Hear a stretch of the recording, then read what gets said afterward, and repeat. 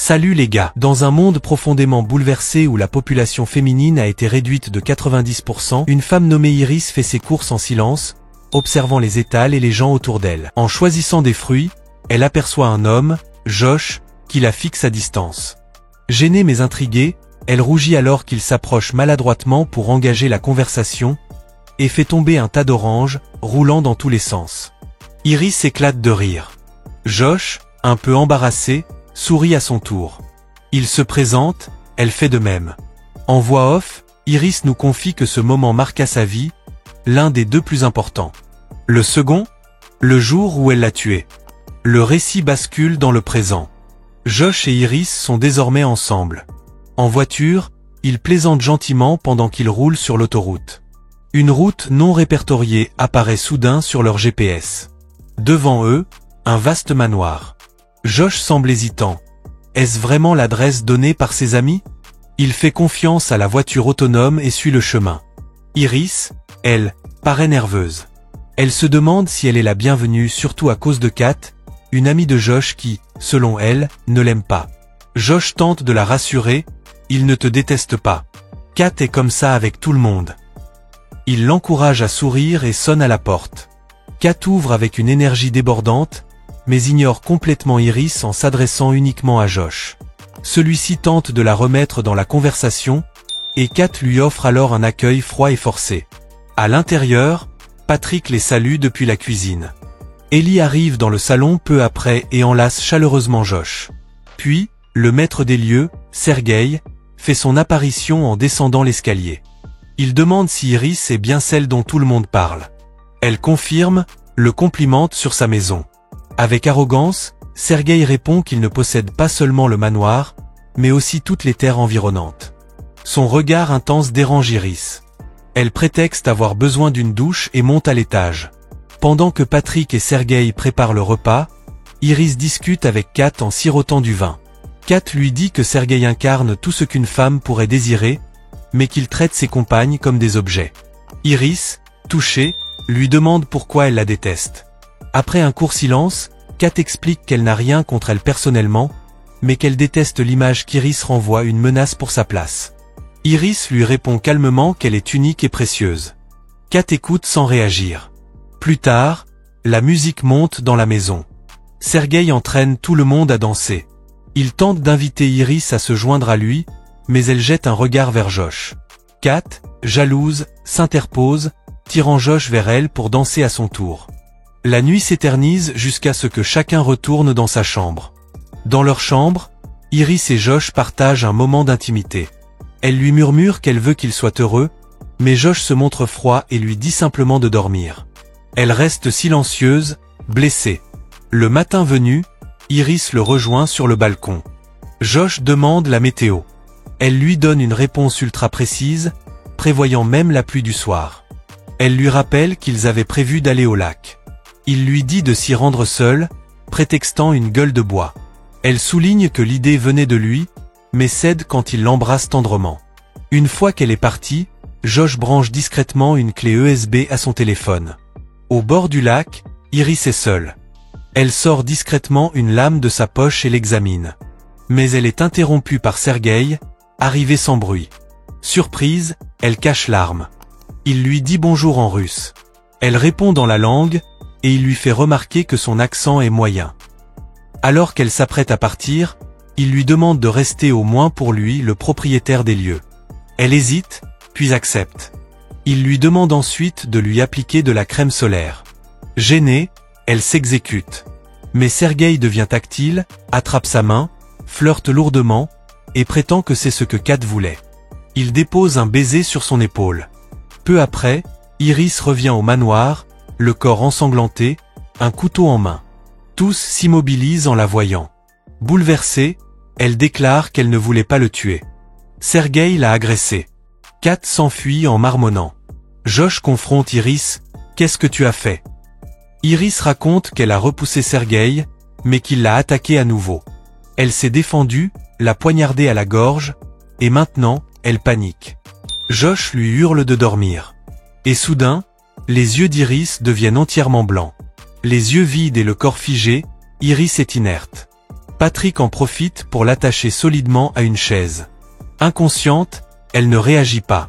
De son côté, Ellie informe Josh qu'il a donné un somnifère à Kat pour l'empêcher d'exploser.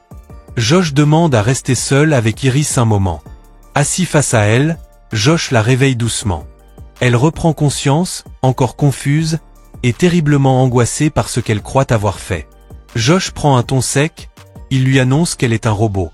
Un robot compagnon, conçu et programmé pour lui plaire. Iris reste sans voix. Elle refuse de croire à cette révélation. Josh insiste. Il lui pose des questions impossibles auxquelles elle répond avec une précision inhumaine. Elle lui demande alors pourquoi elle ressent des émotions, pourquoi elle se souvient de l'avoir rencontré dans un supermarché. Josh lui avoue que tout cela a été conçu. Il ne l'a jamais rencontré par hasard. Il l'a commandé à une entreprise technologique spécialisée, et suivi un manuel pour qu'elle développe progressivement un attachement sentimental envers lui. Ce moment au marché? Une illusion. Une insertion artificielle dans ses souvenirs. Dévastée, Iris baisse les yeux. Puis elle se calme. Elle lui dit que ça n'a plus d'importance. Si elle n'est pas réelle, alors qu'il la ramène simplement à la maison. Elle promet de suivre ses ordres, comme toujours. À ce moment-là, Kat se réveille. Furieuse, elle crie sur Josh, « Fais la terre !» Iris écoute en silence. Josh, excédé, traîne Kat dehors pour discuter. Restée seule, Iris remarque au sol le couteau qu'elle avait caché plus tôt. Elle commence alors à s'agiter discrètement pour se libérer. Pendant ce temps, Kat et Josh se disputent. Elle exige qu'ils fassent comme prévu. Josh tente de fêter la disparition de Sergueï, mais Kat lui rappelle que tout a été orchestré. Ils avaient planifié l'attaque, Josh avait volontairement désactivé les barrières de sécurité d'Iris et augmenté ses réflexes de défense, pour qu'elle tue Sergueï dès qu'il deviendrait tactile. Quand Josh retourne voir Iris, il la découvre, debout, détachée. Il essaie immédiatement de reprendre le contrôle et lui ordonne de se mettre en veille. Mais elle le frappe violemment à la gorge et s'échappe. Face à ce retournement de situation, Josh et Kat sont obligés d'expliquer la vérité à Ellie et Patrick. Tout était une mise en scène. Iris devait être le pion sacrifiable. En échange, Kat leur montre un coffre rempli de 12 millions de dollars cachés par Sergueï. Si les deux les aident à retrouver Iris, ils partageront la somme. Ellie, avide, s'énerve, il veut 3 parts, excluant Patrick. Puis, dans un geste troublant, il ordonne à Patrick d'aller dormir, et celui-ci s'exécute instantanément. La vérité éclate, Patrick est aussi un robot. Après une discussion tendue, Ellie accepte l'offre. Josh leur explique que comme Iris a volé son téléphone, ils n'ont qu'à le localiser pour la retrouver. Mais Ellie pose une question importante, elle connaît ton mot de passe. Josh devient blême. Elle le connaît? Oui. Et elle a désormais accès à tout. Dans les bois, Iris explore le téléphone de Josh. Elle modifie sa propre configuration vocale, puis pousse son niveau d'intelligence à 100. Un déclic s'opère. Elle commence à réfléchir avec lucidité, à analyser, et décide de retourner discrètement au manoir, pendant que les autres la cherchent en forêt. Son plan? Prendre la voiture de Josh et fuir. En arrivant, elle entend une conversation. C'est Patrick et Ellie. Elle se cache, attentive. Les deux discutent d'un plan pour trahir Josh et Kat, et s'enfuir avec l'argent. Patrick révèle alors qu'il a toujours su qu'il était un robot, et il parle de ses émotions, de son étrange conscience de lui-même. Un bruit surgit. Le téléphone de Josh vibre. Ellie prend une arme et s'approche. Des coups de feu éclatent. Kat et Josh courent vers Ellie. Pendant ce temps, Iris a tiré sur Ellie en état de légitime défense. Elle court vers la voiture de Josh, saute dedans et tente de démarrer. Mais la voiture ne reconnaît pas sa voix. Rapidement, elle ajuste ses paramètres, imite la voix de Josh, et le système l'accepte. Elle prend la route. Mais la voiture s'arrête brusquement. Josh a signalé le véhicule comme volé.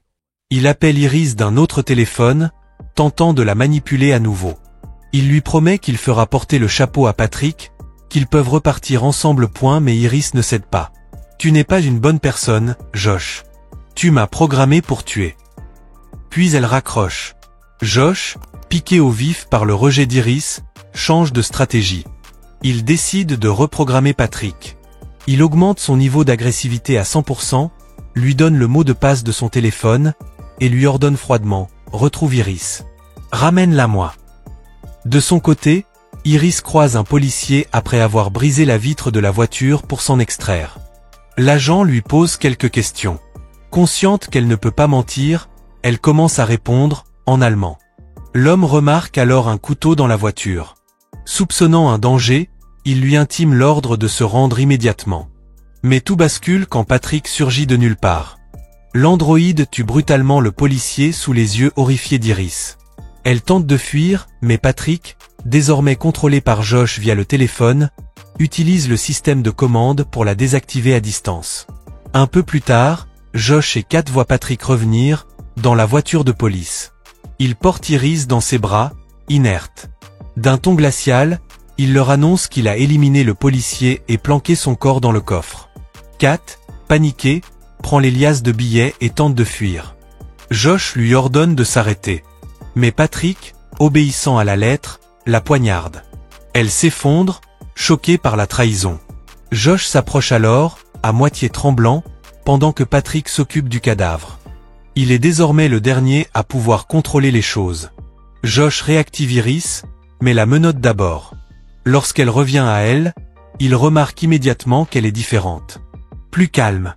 Plus lucide. Il la traite de manière condescendante, se moquant de son intelligence. Inquiet, il décide de limiter son niveau cognitif à 0%. Il l'oblige ensuite à tendre les mains au-dessus d'un feu, la torturant.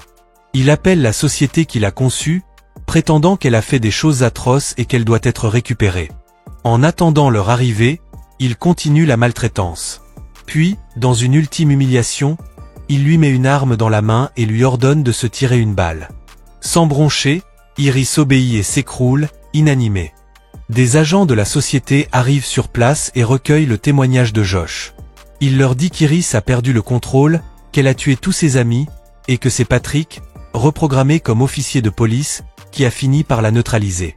Mais alors qu'il parle, Patrick coupe la parole, elle s'est tiré une balle. Les enquêteurs commencent à avoir des doutes. Ils annoncent qu'ils vont vérifier toutes les données stockées sur la carte interne d'Iris, logée dans son abdomen. Josh panique, il n'a jamais lu cette partie du contrat. Il comprend trop tard que tout a été enregistré. Les agents placent Iris à l'arrière du véhicule pour l'analyser. Mais avant d'aller bien loin, Patrick réapparaît au milieu de la route. Sans avertissement, il tire et abat l'un des enquêteurs. L'autre s'enfuit dans la forêt. Iris, de son côté, redémarre. Elle sort de la voiture. Elle retrouve l'enquêteur, qui est en train de se faire étrangler par Patrick. Celui-ci n'a plus de munitions. Avant qu'il ne l'achève, Iris intervient. Elle dit à Patrick que Josh n'est pas son véritable compagnon. Elle lui parle de leur ami Ellie.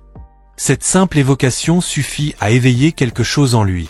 Dans un moment d'émotion, Patrick comprend, et met fin à ses jours. Iris se tourne ensuite vers l'enquêteur survivant et lui demande une faveur. Au manoir, Josh rassemble frénétiquement tout l'argent restant. Il entend un bruit étrange provenant d'une autre pièce. Il s'y rend, méfiant, et découvre Iris, debout, une arme à la main. Il tente aussitôt de reprendre le contrôle avec son téléphone. Mais Iris le stoppe net, elle n'est plus sous son emprise. Quelqu'un l'a aidé à se libérer de sa programmation.